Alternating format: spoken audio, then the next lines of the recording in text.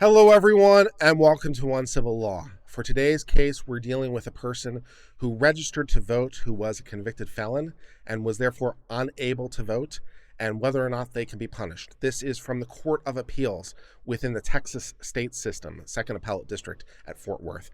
In this case, Crystal Mason, great name, was convicted of some stuff and tried to register to vote, and now she's been convicted of more stuff. And so the question is whether or not she can be convicted for voting fraudulently. Let's get started with this. In the 2004 general election, Mason filled out an affidavit of a provisional voter form from the Texas Secretary of State of Education, in which she listed her Tarrant County address in everyman, birth date, social security number, and driver's license number. She also checked the box stating she is a United States citizen. The affidavit form has two parts, a right side with blanks in which the provisional voter completes the above described information, and a left side that includes affirmation the voter is a registered voter of the political subdivision and precinct in which the person is attempting to vote, and the voter has not been finally convicted of a felon, or if a felon has completed all the punishment, including any term of incarceration, parole, supervision, or period of probation, or has been pardoned. All right, so what's going on here is this person has been convicted of a felony. They went to vote. Their name was not on the voter roll because it had been struck for reasons that they were a felon. And so what you do is you can fill out a provisional ballot. It's a ballot that may or may not be counted depending on whether or not you qualify or not. So it's the thing that you can do. And this thing says, please give us all your identifying information. And then also says you can only do this if you're not a felon. And she filled it out and signed it. So that is a crime. So we're going to read more about that. On November the 23rd, 2011, Mason pleaded guilty to one count of conspiracy to defraud the United States in violation of law, tax fraud, a Class D felony. A person convicted of this offense is subject to a maximum term of imprisonment of 5 years and a maximum term of post-imprisonment supervised release of 3 years. On March 19, 2012, a federal district judge found her guilty and sentenced her to a maximum term of 5 years imprisonment and 3 years of supervised release. She did not appeal, but she later filed a post-conviction motion to set aside. So she got 5 years for her tax violation. That's a lot, man. The judge really didn't like her. Upon the conviction, the prosecuting United States attorney had to give written notice of the conviction to the Texas Secretary of State, who is the chief law enforcement official under the National Voting Rights Act. The National Voting Rights Act has a mandated notice that includes the following information. For a convicted person, their name, age, residence address, date of entry of judgment, description of the offenses, and the sentence that was imposed. Moreover, the National Voting Registration Act mandates the Texas Secretary of State provide the same information to the voting registration officials of the local jurisdiction in which the convicted person arrives. After receiving the report, the Texas Board mailed a notice of examination dated May 22, 2013 to Mason at her address indicating they were examining her voter registration because it received information about her felony conviction. The notice also informed Mason if she did not reply by providing adequate information that her registration should be canceled. So, having obtained this information, the voting board is now sending her notice saying your registration will be canceled unless you give us good reason not to which she didn't respond. It is undisputed that the Texas Board mailed both notices to her address while she was serving her 16 months of imprisonment in federal custody. She denies receiving the notices, but they were not returned to the board. Upon canceling the voter registration, they changed her registration status to canceled in its computer voter registration system, and specific to her status, added a reference to the Secretary of State's reported felonies in her comment section, SOS felony list. So, when she was convicted, her voter registration status was changed. They sent her notice. She says she didn't get it, but they weren't returned to send her, so someone received them. And anyways, legal notice was provided, so that would cancel. Also, she should know, but just because of this. So, yeah, her status is canceled. All right, so let's go to when she tried to vote. On November the 8th, 2016, Mason went to the place that she would vote, so she could vote in the general election. She presented a valid driver's license with the correct information, but the worker checking the voter registration roll could not find her name after looking under her name. Because her name was not on the voter registration roll, even though she was at the correct place for her driver's license residence, so this is the correct precinct, but you're not on the roll, the election workers offered to provide her a provisional ballot, which is one of the ways you solve this problem. As she had done in 2004, Mason filled out an affidavit of a provisional voter and signed it. She is given a code for the provisional ballot selected her choices, and she entered her provisional ballot electronically. So this is one of the ways that there's a way to solve this problem. You go to a place and your name is not on the roll for whatever reason, and you think that you're qualified to vote. So you can fill out a provisional ballot. They've thought of that. Then you fill out all the information electronically, and then if it determines that you are qualified to vote, you can vote. And if not, then not. So maybe there was an error on the voter registration roll. Maybe your name was stricken. Maybe you were registered to vote. I don't know. But there's a way for you to solve this problem. Or if another situation where this might come up is if a voter is challenged. So if they are on the roll, there's election workers there, or there's people there from either party, and the person can challenge it if they think they're not qualified. And I've seen this happen because I've done some little work in this as a voter person where I've seen this happen, and you can give them a provisional ballot. So if someone says, I challenged that voter, they're not a valid voter.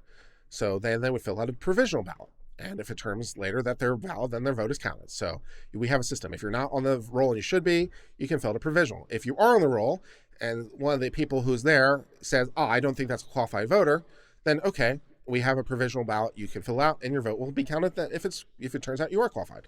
So great. That solves many problems. Several months later, a grand jury issued an indictment alleging that Mason had, in the 2016 election, voted in an election in which she knew she was not eligible after being finally convicted of a felony of conspiracy to defraud the United States, and she not be fully discharged from her sentence for the felony, including any count, court ordered term of parole, supervision, and probation. She waived a jury, and after hearing evidence, the trial judge found her guilty and sentenced her to 5-year confinement. Mason then filed this appeal. Within her complaint, she raises 2 statutory construction questions that inform the hypothetical jury charge by which we measure this evidence sufficiency. Does the term supervision in the code describing who's qualified to vote include a post-imprisonment supervised release, and does the word vote include casting a provisional ballot? Only a qualified voter may vote in an election in Texas. Individuals convicted of felonies and other enumerated crimes forfeit the franchise of the right to vote. A person convicted of a felony is re-enfranchised in one of the following ways. If the person has fully discharged the sentence, including any term of incarceration, parole or supervision, or completed a period of probation, or if the person has been pardoned or otherwise released from the disability by operation of some other law.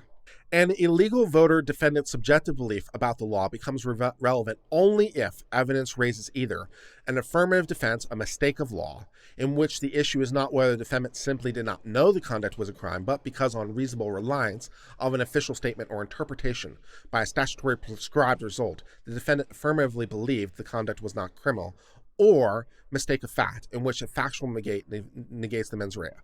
Okay, so this is one of those statutes in which defense of a mistake of law is valid. So you often hear that ignorance of the law is not a defense. And that's, for the most part, true. There are a few exceptions, and this is one of those exceptions. So under the relevant law, it says that if you have a mistake of law, you can get out of this statute, but the mistake of law has to be informed by something. For example, you had a statement from a government official that appeared to be authorized to make statements, or there seemed to be a statute that seemed to read on it, or there was some other thing that gave you cause. So it's not that you weren't aware of this law that will do it. The ignorance of law in this case is that there was some other law or some other act that perceived to give you the authorization. So you can claim a limited mistake of law. You can also, as always, claim a mistake of fact, which is that you were unaware of a fact, which would go to negate the mental state, that you did not do so intentionally because you didn't know of a critical fact. So did you have a valid mistake of law in that someone told you something, or did you have a mistake of fact in that you were unaware of something? Then, yeah, you might be able to try that in this defense. Let's see if either works.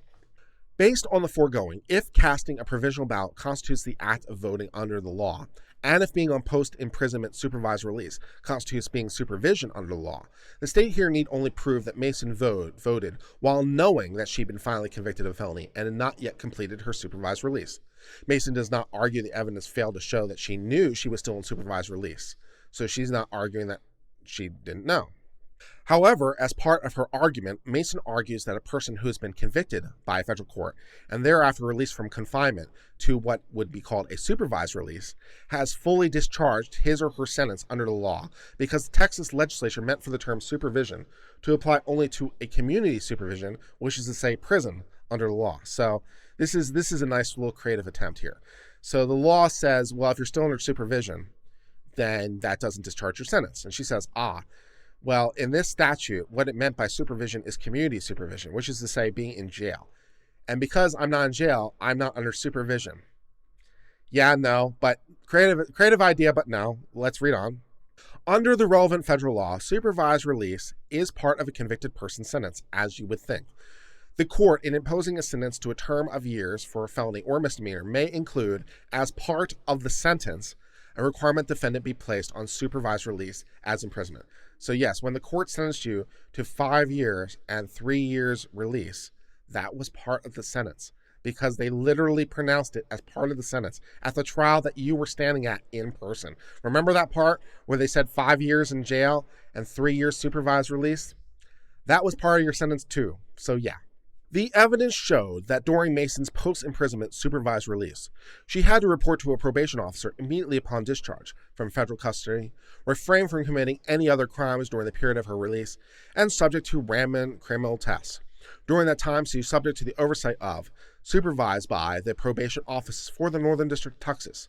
Thus, Mason's term of supervised release was part of her sentence to be served and included within the plain meaning of the word supervision within the law. Mason next tries the argument that they didn't vote by casting a vote. Good luck. According to Mason, provisional ballots are not votes because they may or may not count. They are conditioned on eligibility of the voter. Thus, Mason argues that because her provisional ballot was rejected, she did not vote by casting her vote. Yeah. She argues as part of her fourth point that the statute requires individuals to be able to vote without fear of criminal prosecution. So trying to figure out whether or not she voted, Black Law's Dictionary, every sovereign citizen's favorite dictionary, says the verb to vote, as in the act of voting, and voting as casting of votes for the purpose of deciding an issue. Vote, voting, Black's Law Dictionary. It defines cast as to formally deposit a ballot or signal of one's choice in a vote, cast. To cast a ballot, then, is to express one's choice, to vote. Similarly, Webster's Third New International Dictionary, a new dictionary for sovereign citizens everywhere, defines a verb to vote as to express one's views in response to a poll, to express an opinion, or to choose or endorse a vote. By comparison, Black's defines the noun vote as an expression of one's preference or opinion, meaning to show of hands or other type of communication. None of these conditions define the verb vote on whether the choice is expressed as part of the poll results. Thus, to cast or deposit a ballot to vote can be broadly defined as expressing one's choice regardless of whether the vote has actually been counted. Yeah, when you went to vote, that was when you went to vote. That was the voting. So, yes, you voted. Okay, but there was another argument here. Congress passed a law on fair voting, basically saying that created these provisional ballots for the reasons that we described. So we have to go to congressional statute and figure out whether or not when Congress passed a law creating provisional ballots, whether or not they are exempted from this because of these provisional ballots. So let's read the law that Congress created dealing with provisional ballots and figure out whether or not that provides an excuse. Several federal statutes addressing voting and voting rights, including the Hava Voting Rights Act. Congress had several purposes behind it, which was implemented after the 2000 election. An election where, things kind of went wrong, so Congress passed a law about it. One purpose was to alleviate problems with voters arriving at polling places believing they were eligible to vote, but not being allowed to vote because the election workers could not find their name on the list of qualified voters.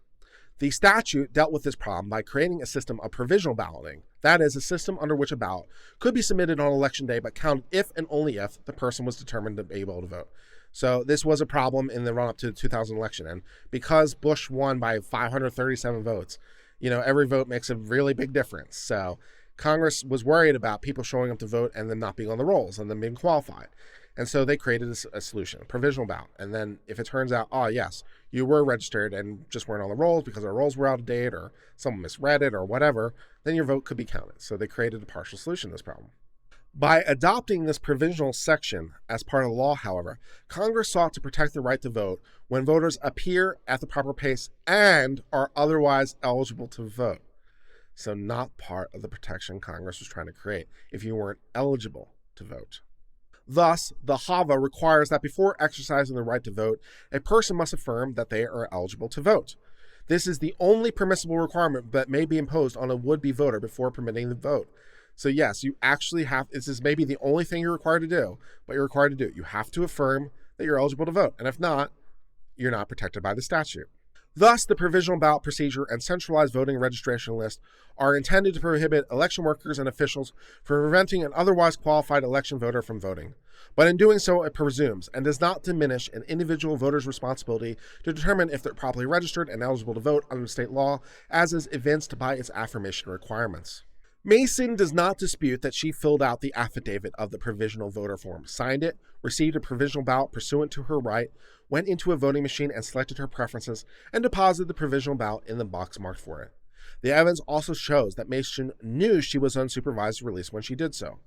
The evidence does not show that she voted for any fraudulent purpose, but the state need not to show that they prove any particular motive, and motive is very, very rarely part of a statute. So she wasn't trying to do something wrong, but she was doing something wrong. So all we care about is whether or not she knew that she was prohibited, which she did. She knew she was on status, and whether or not she filled out the form swearing that she wasn't when she was. Yeah, she did those things.